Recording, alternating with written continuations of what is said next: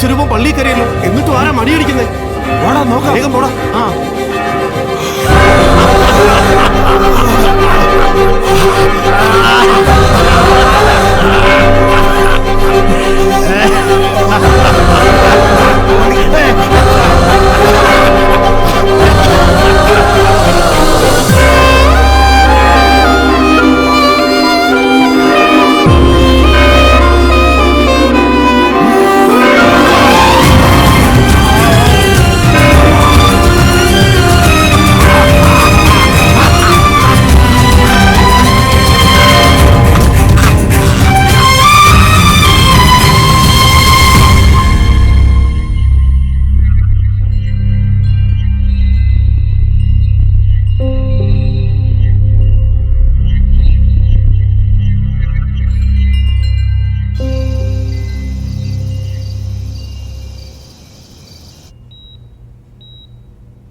പുതിയ medicine not ചെയ്തു.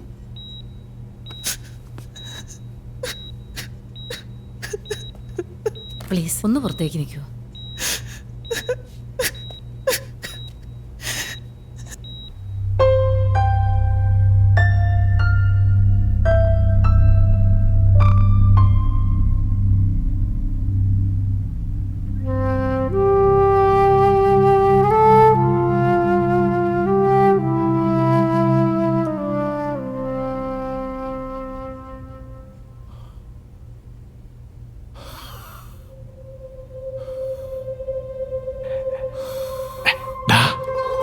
ദേവസി,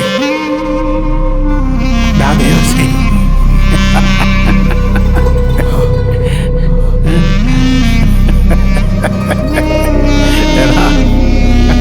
എണീച്ച്.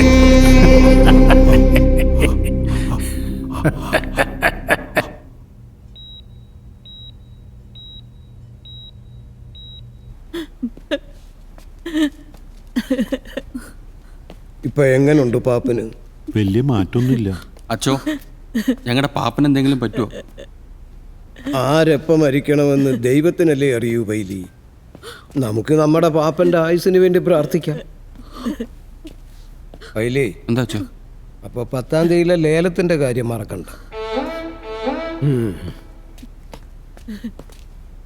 ഓ പിന്നെ ലേലം ആദ്യം ഇടവമാറാൻ സമ്മതിക്കട്ടെ.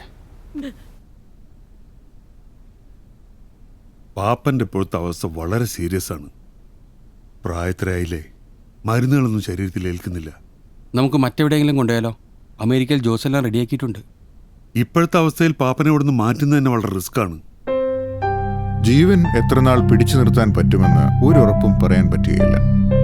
ചിലപ്പോൾ ഒരത്ഭുതം പോലെ വേഗം കണ്ണു തുറന്നേക്കാം, തുറക്കാതെയും ഇരിക്കാം. ഇതിലിപ്പോൾ എന്ത് സംഭവിക്കുമെന്നും പറയാനൊക്കത്തില്ല. എനിക്ക് തോന്നുന്നത് ചൈന എന്നതാ പറയുന്നേ? അതിപ്പോൾ പറയാതിരിക്കാനും ഒക്കത്തില്ല. എന്നതാ?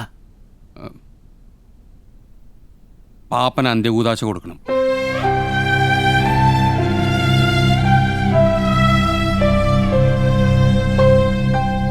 അയ്യോ അന്നമ്മച്ചി, എന്നതാ പറ്റിയേ?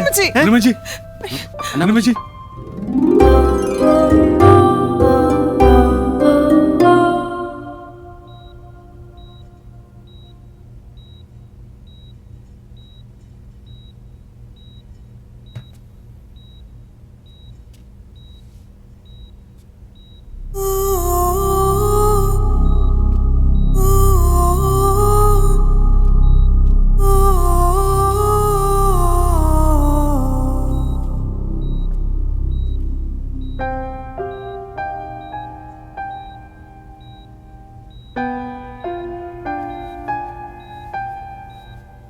പാപ്പോ,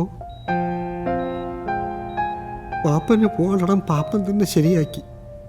കുഞ്ഞെങ്ങോട്ട് പോകണമെന്ന് മാത്രം പറഞ്ഞില്ല. പാപ്പ കണ്ണു ഉറക്കു. പാപ്പ, ഈ കുഞ്ഞിന് ഒരുപാട് കാര്യങ്ങളൊക്കെ പറയാനുണ്ട്. ഇതിനായിരുന്നു എന്നെ കൂട്ടി മുരിക്കപ്പെരുന്നാളിന് പോയത്.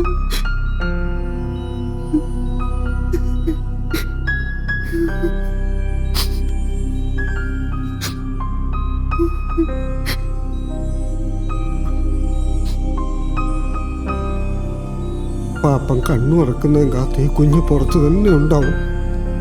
പാപ്പനൊന്നുമില്ല. പാപ്പനെ ഒറ്റയ്ക്ക് ഈ കുഞ്ഞങ്ങോട്ടും വിടത്തുമില്ല.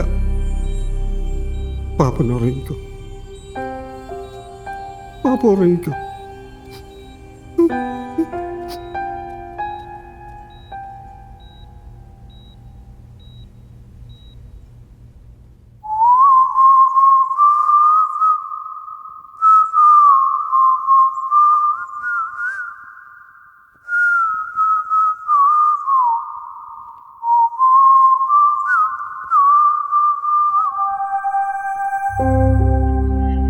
ഇന്ന് ഞാൻ പോകും. പ്രിയങ്കരമാകുമീ മൺമതിൽ കെട്ടിൻ മറുപുറം കാണുവാൻ. പാടെ മുഷിഞ്ഞ ജരാനരാവസ്ത്രങ്ങൾ ഊരിയെറിഞ്ഞ് പുതുജന്മമോടിയിൽ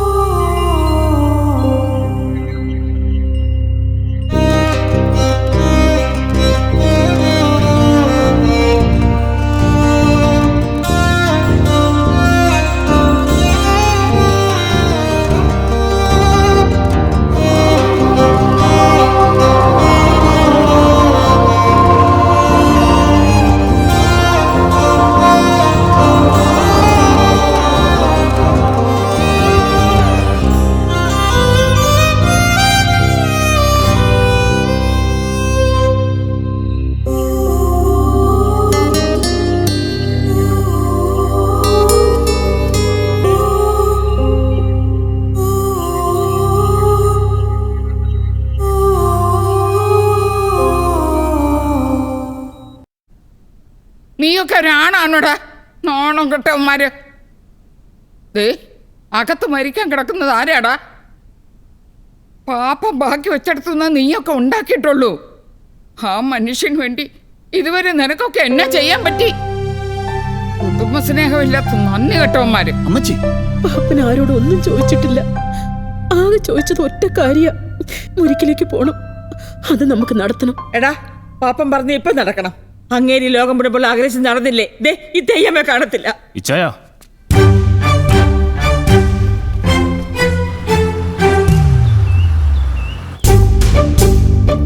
പോളച്ചൻ വിളിച്ചു. ജോണി അതിരമ്പുഴയുള്ള ഗോഡൌണിലുണ്ടെന്ന്. എന്നാ വണ്ടി അങ്ങോട്ട് വിട്. ഞങ്ങൾ അങ്ങോട്ട് പോവാ. ഓക്കെ ഏട്ടായി.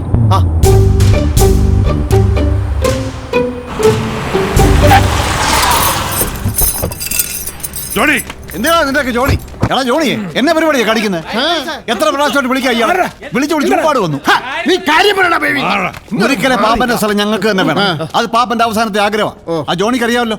ഇന്നാ 1 കോടി ക്യാഷ് അഡ്വാൻസ്. സ്ഥലത്തിന്റെ വില ജോണി നിശ്ചയിക്കും പോലെ. ഞങ്ങള് പുലിമുട്ടുകാര് എല്ലാത്തിനും ഓക്കെയാ.